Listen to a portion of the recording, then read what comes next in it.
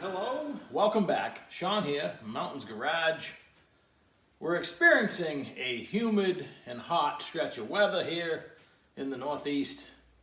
I can't wait for it to break. Every day we get a thunder shower, and I keep hoping that less humid air and cooler air comes in, but so far it's been pretty hot, at least for us. I've said it before, and I'll say it again. I don't know how you folks that live where it's hot and humid do it. You must be in air conditioning all the time, and if you're not, wishing you were. My shop's still holding out pretty good. Low 70s. I got the fan off right now because I didn't want to create any more noise, but here we are.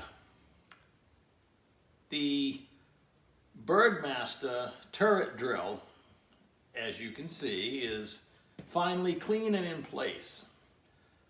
When I picked it up, I could see that it was kind of greasy and grimy.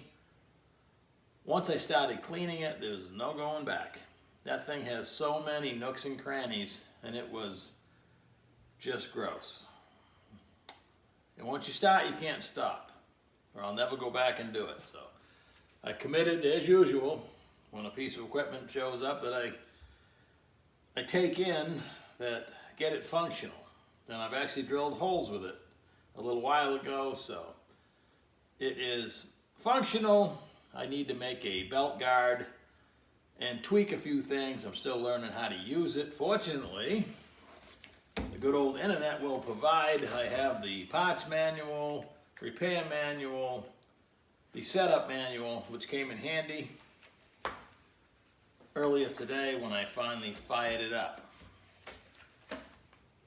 I get lots of questions about my three-phase power because I don't live with the three-phase power. How do you tell? Again, well, before I even start talking about electricity, total disclaimer, which goes through everything I show or talk about, is do it at your own risk. I am not an electrician. I don't even know enough to be dangerous. I guess I do. Yeah, you know what I mean.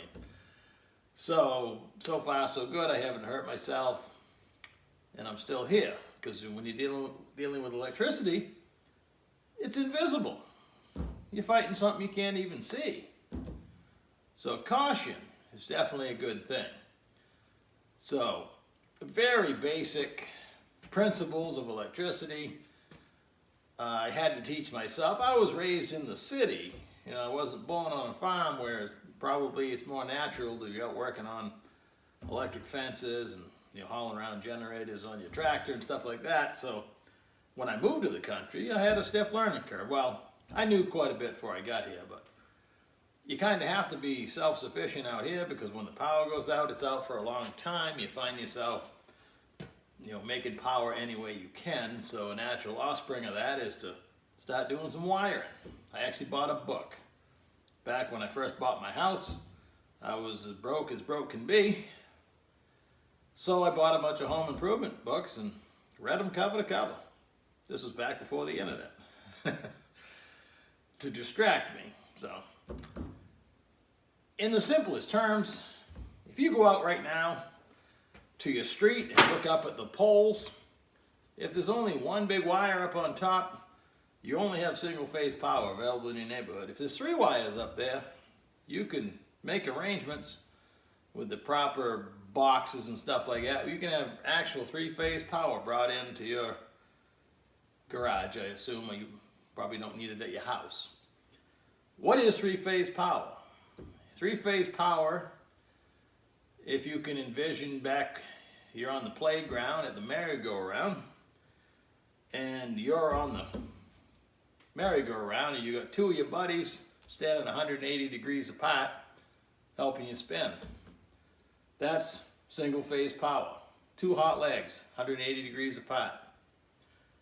3-phase, you got 3 guys helping you, or girls, 120 degrees apart.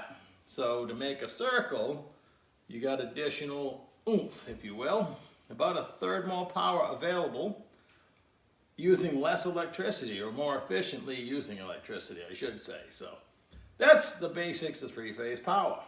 when I first got my mill, I did a real quick study. I had already wired my garage and stuff, and it's still here, knock on wood. And I put a static phase converter on it. It's a little box. They were $100, now they're probably a couple hundred. And the static phase converter fools the electric motor into thinking the third guy, and I say guy again, it's not a gender thing, the third pole, when you go to start the motor, is lit. Just enough to get it turning, and then it drops out and it runs on 2-phase. So, 2 legs. So the static phase converter will run a mill or a lathe. It would run my drill press. Where you get into trouble is when I got the, and I did, I ran my mill, my lathe, and I have a grinder, and I had static phase converters on them. So for about $300 I had my 3-phase power going, back before COVID prices. When I got my Kidder hydraulic notcher, I had read enough and experienced enough to realize that when you put the squeeze on the hydraulic and that motor starts to strain, it needs all 3 legs powering. So it would smoke either the motor or the phase converter if I had tried to run it on one of those. I needed actual 3-phase power. So I did some real quick studying, and if you have a 5 horsepower electric motor, you need a 10 horsepower phase converter, rotary phase converter. Now you're using an electric motor that's just sitting over there spinning. That's the quiet noise you heard in the background before I fired up the Burgmaster. And it's making the 3rd leg of power. And the black control box on the wall is what runs it. I'll take a picture. I didn't get a good shot of that because the Burgmaster's blocking it, but it's the thing I turn the power on the wall, and I'll get you another shot of it. So it's an American rotary. I did some shopping, and I called them. This is a few years ago now, quite a few years ago. And they have a new super special digital one that they told me I really needed. I just wanted the basic phase converter, rotary phase converter. And to this date, I don't see that I really needed to spend twice to get the digital one. It seems like, you know, more reasons not to than to do it. But that's your choice. I'm sure it's a great unit, but I went with the traditional technology that they sell. They sold both of them. They just would kind of steer people away from the traditional ones because it's not the latest and greatest. But for what I'm doing, it's worked flawless. So the Kidder notcher came with a plug. Now you get 4 prongs on your plug. I had never had any 4-pronged plugs, so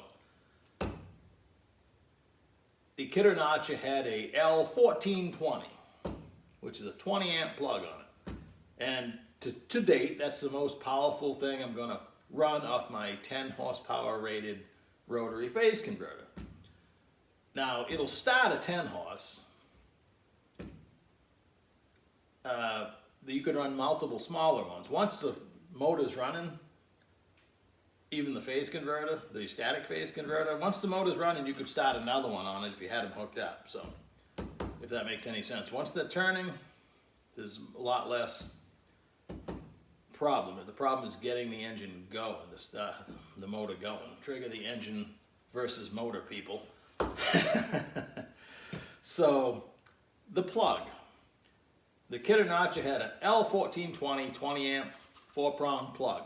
So that is how I made my extension cords, because currently I just converted the lathe and the mill back to a 4-prong plug, took my static converter off. Everything has a 20 amp plug because both the lathe and the mill are 4 or 5 horsepower, so that's fine. The Kidder notcher already had a 20 amp plug on it. When I got the Burgmaster, I didn't look at the plug or even remember what plugs I used. There's basically only 2. This is an L1520 that was on the Burgmaster. It will not plug in. It's a 30 amp plug. So I ordered one on Amazon. I didn't feel like leaving the house yesterday. And then I looked at it, and Prime is no longer 2 days. now, so I'm supposed to have it by Sunday. I woke up this morning. Last night I had played Tetris, moving the thing around. I got it shoved into where it's pretty much going to live, the Burgmaster. And I wanted to finish, mentally check it off the list. I wanted to make sure it ran. So this morning I drove to Lowe's, and all they had was a receptacle. They didn't have any plugs. Fortunately, across the street, Home Depot had a very nice plug. Twice what I paid on Amazon, but hey, I had it in my hand, and I got some hotcakes and sausage and a large sweet tea, and I was back home wiring up the old Burgmaster, and I messed with it for a while, and then I went off to do everything I should be doing today. When I fired up the Burgmaster, because I had to change the plug, and I could see what colors went where of the 4 wires, and this gives you a schematic. So what happens when you have 3 legs of power, if you will? If you change any 2, the machine's going to run backwards. In fact, the mill has a switch that reverses it. So when I hooked it up, I noticed after last night, it's a good thing, I read the setup and operator's manual of the Burgmaster. First thing they tell you to do is run the power to the machine. There's a nice box on the back of it, nice wiring inside the box. First thing they tell you is to just jog the motor and make sure it's going clockwise. And it wasn't. Mine was going counterclockwise. If I had tried to make it switch the turret, probably would have wrecked it according to this. And when I read this, there's a lot going on in there. This thing is like a Swiss watch. It's amazing. I mean, they must be super reliable. They ran them in factories, right? But man, there's a lot going on. This is how to fix it. So I changed the wiring, swapped 2 of them. Now it turns the correct direction, works fine. My impressions of it, I'm still getting used to it. It drills a fine hole. There's plenty of power. It's real. Only rated for 1/2 inch thick steel, 5/8 cast iron. I assume so you don't hurt the turret. But that's thickness. It's not the size of the drill bit. You think they would regulate the size of the drill bit, saying you couldn't go over 1/2 inch. When I first read it, that's what I thought. So I don't think they're talking hole size. I think they're talking thickness, but I don't know. I got to research that some more. Either way, I will be mindful if I need to drill anything bigger. I probably don't want to drill more than 1/2 inch, a hole size, drill size with it anyway. I'll use the mill or the other drill press. The other drill press, if I think I can hold it down, I'll try anything in that. So, and the mill is so sturdy, it definitely gives you a nice drilling experience, much like the few holes, or 1 hole I drilled with the Burgmaster. Actually, I drilled the same hole 3 times. It really gives you a confident feel. It is very sturdy. So, but there's a lot of things to learn how to use it, like adjusting the height and making sure it swings, because every time that turret comes down, if it won't clear your work, it's going to kick it right off the table. In the process of cleaning up the Burgmaster, I can see it was built in October of 1987. Boy, that's just about the time the company was sold at auction. So I got to see if I can find the correct date it closed. But man, that had to be one of the last ones ever made. But hopefully that's not a factor. Obviously it's run all these years. It appears to be in perfect shape. Once I got all the grime off it, it almost looks brand new, at least from a distance. So that's pretty neat. So that's tonight's update, if you will. It's hot in here. I'm going to turn the fan back on. I hope wherever you are, you're comfortable and happy. That's all you can hope for. And I'll catch you in a couple days.